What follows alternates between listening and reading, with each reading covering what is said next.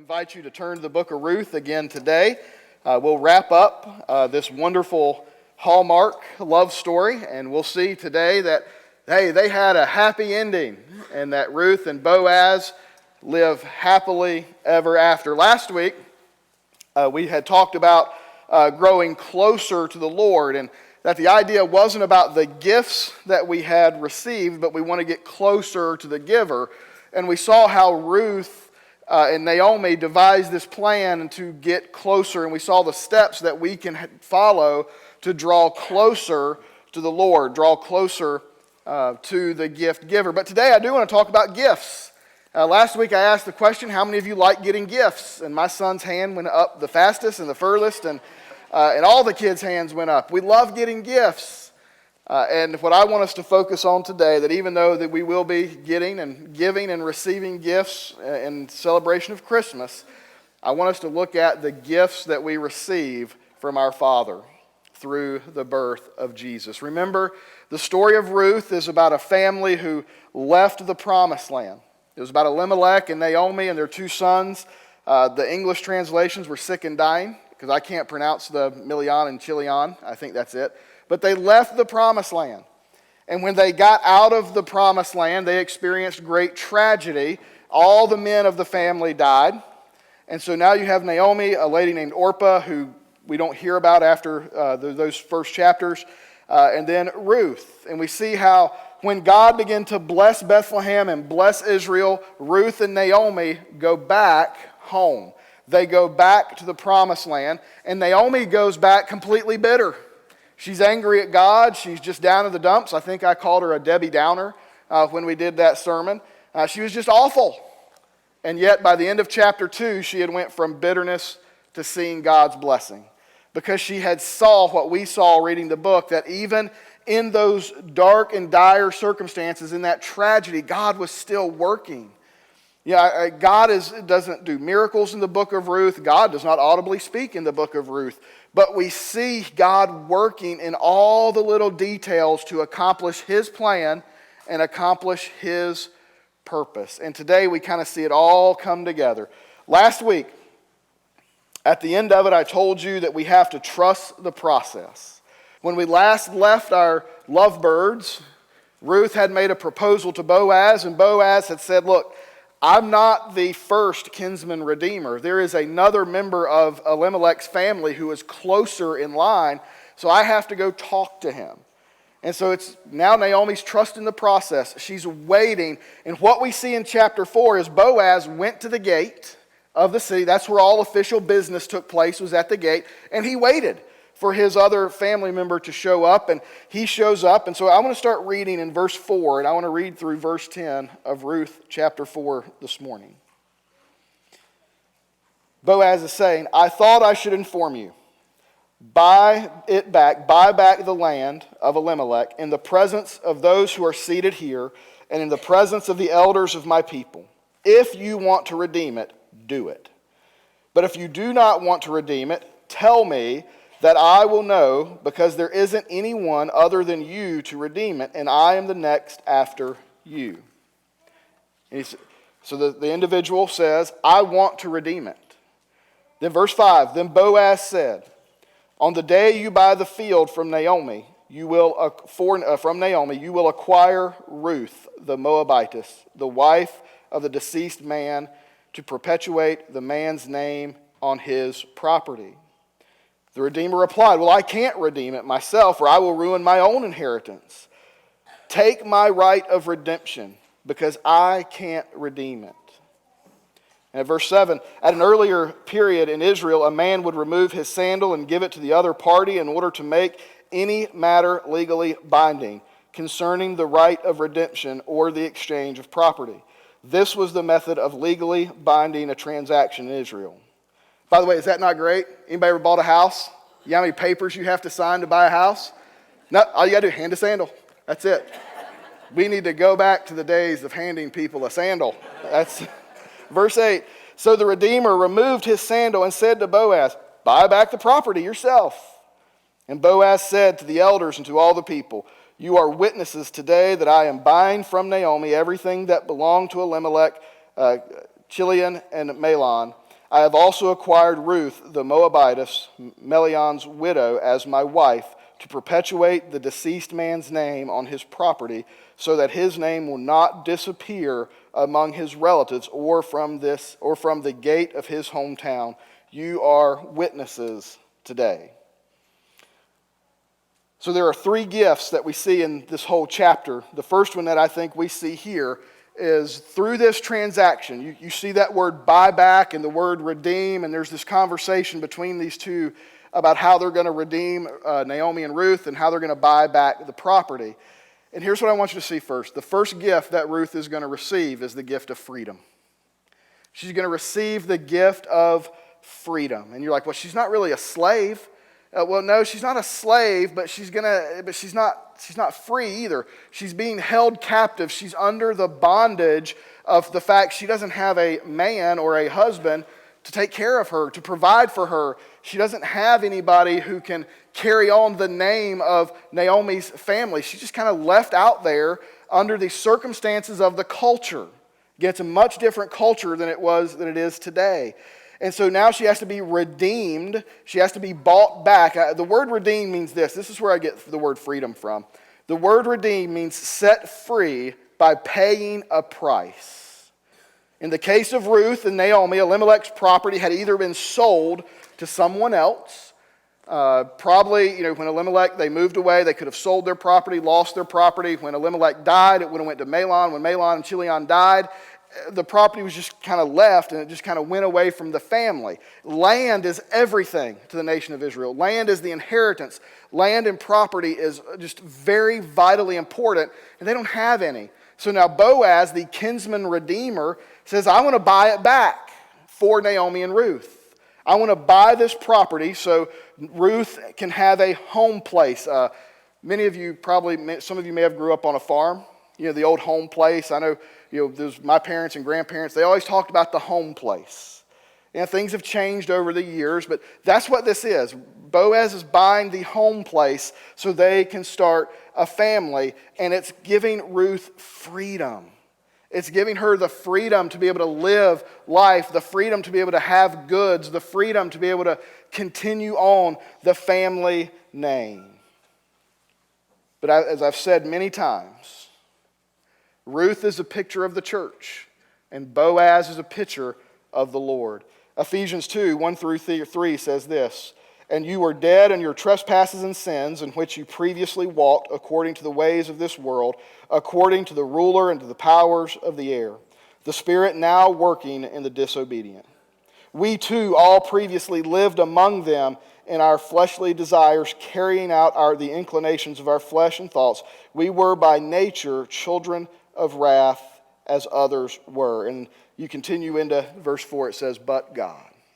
But because of God's great love, because of God's great mercy, He bought us back." We experience freedom through the death. I love that song that y'all just sang. It's all about the cross. It's not about the baby laying in the manger, although that's cute and that's awesome. It's not about the star, or it's not about the presents we're going to get. It's about it's about the crucifixion and the resurrection. It's about Jesus doing what it had to take to buy us back, to buy our freedom, to set us free. Just like Boaz is setting Ruth free, Jesus sets us free. And I love what Jesus says in John 8:36. "So if the Son sets you free, you will be really free," or you are free indeed. There is freedom in the redemptive work of Christ Jesus. The second gift we receive is when we receive freedom, when we decide to follow Jesus, we receive a family. Now this is awesome. We receive a family. And when I got married, greatest day of my life. Well, I've had 2 kids. Fourth greatest day of my life, because I got salvation, right? And then 2 kids. 4th greatest day of my life is when I married Jennifer, right? If you're married, that's like the greatest day of your life. When you married your spouse, when she walked down the aisle, it was great. But here's what happened.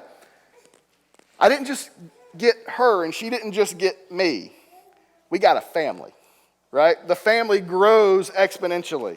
My father-in-law's here, and so and my mother-in-law, I was going to make the joke, but I got outlaws. But I guess I just did, didn't I? Anyway, so that's all right. He's still waiting on his dowry. Apparently I didn't pay enough. Apparently I didn't buy her, but I'm just kidding. That's Old Testament stuff. But we get a family. My family doubles. And all of our family doubles when we get married. It's, her family became my family became her family. We're just one big, sometimes happy family, right? Actually, we're always pretty happy. But I say that to say this. Within the family, it's not always good, is it? There's always some disputes. There's even if you're not married, if you just got brothers and sisters, the family has some interesting dynamics to it. Me and my brother squabbled growing up. He was 9 years older than me, so he thought he could beat me up, and he did, until I got to a point where I could beat him up, then I did. And so we have these squabbles, and we have these diversities, we have differences of opinions, we fuss and fight, and we argue, but at the end of the day, guess what? We're family. We're family. The church is a family. When you decide to follow Jesus, when you're redeemed, when you are bought back, you get a family. You become a part of God's family. Ruth, when we've talked about this, she was a foreigner who became a part of God's family. She became God's people. She was a part of God's people. She got not only did she get Elimelech's family, pretty good sized tribe, she got the whole nation of Israel. She became a part of God's family. And with all the disputes and disagreements and problems and all this and that, at the end of the day, they're family. The church is a family. And we are going to have disagreements. We're going to have diversity. That's, by the way, how God created us. There's going to be problems. You know why? We're all just sinful people. We're all just sinful people trying to follow the Lord. And so there's going to be times when it's not good. But at the end of the day, we circle the wagons and we protect the family. We encourage the family. We should never be a family that tears each other down. We should always be a family that lifts each other up, builds each other up, prays for each other, holds each other accountable. We should be there to have each other's backs in good times and bad times. We can have little squabbles amongst ourselves. But when the pressure starts, we got each other's back. When that time comes, we love each other, we care for each other, we have a family. We are the family of God. So we have our freedom, we have our family, and then we have a future. We have a future. Look at verse 17. Chapter 4, verse 17. Ruth and Boaz, they've gotten married, they've had a son. In verse 17, the neighbor said, a son has been born to Naomi. Ruth had a son, it was Naomi's grandson. They named him Obed. That's a great name. I thought Boaz was great. The Old Testament just has some great names in it. Obed. I said I was going to name my son Boaz. I think I'm going to change it to Obed. That's just, come here, Obed. Yeah, go to bed, Obed. It's great. Obed's a great name. But here's where the future comes in. He was the father of Jesse. And Jesse was the father of David. We called this series, A King is Coming. Ruth, your people will be my people. That's what she tells Naomi. Your God will be my God. She gets the Redeemer, Boaz. She marries Boaz. She has a baby. The baby's name is Obed. Obed's the father of Jesse. Jesse's the father of David. This is the royal bloodline of the nation of Israel. David would become the second king of Israel, but he would by far be the greatest of all the kings. Saul was before him, and there were kings after him. David would be the greatest of all of those kings. David would be a guy who messed up. He sinned. He committed adultery, he committed murder, or orchestrated murder. He wasn't always perfect. But at the end of the day, you know what the Bible says about him? He was a man after God's own heart. He was a sinner, for sure. But he was a man after God's own heart, and that's why he was the greatest of all the kings. But what makes this story even greater, and here's where we have a future. 14 generations after David. You read this in Matthew 1. 14 generations after David is the birth of Jesus. I want you to wrap your mind around this a little bit. A family who had been wiped out because they rebelled against God. A family who had left the promised land, the name was gone. And yet God worked to preserve the royal line of Jesus. That's where we get a future. That's why I want you to see that through Jesus we have a future. Yeah, we're going to mess up. We're going to make mistakes. In our past, all of us have a past. But our future is found in faith in Christ. I mean, you remember what's going on? This is the time of the judges. They're awful. This nation at this time in history, they're maybe the worst they've ever been. They're ignoring God's Bible, the Word. They're ignoring everything. They're doing their own thing. They have no king. They don't care about having or following God. It's a terrible time. And God gives them a future through this terrible time. God is working to provide all of us a future when we put our faith in Jesus Christ. That's the message of Christmas. And that is why Ruth is such a beautiful picture of the whole story of the Bible. So there is a Redeemer who sets us free. We have a family, and we have a future. That's the message of Christmas. Freedom, family, and a future. Let's pray together. Father, we thank you for the birth of Jesus. We thank you that in the midst of the darkness of the world that even we live in, you are still working. We're thankful that when you seem distant, when you seem inactive, you are very active in providing a path for the redeemed. We're grateful that through Jesus you paid the price to buy back your church, to buy back your children. Help us to follow you. Help us to love you. Help us to have a deep desire to draw closer to you. And help us to embrace the future that you have for us. We ask all these things in Jesus' name. Amen.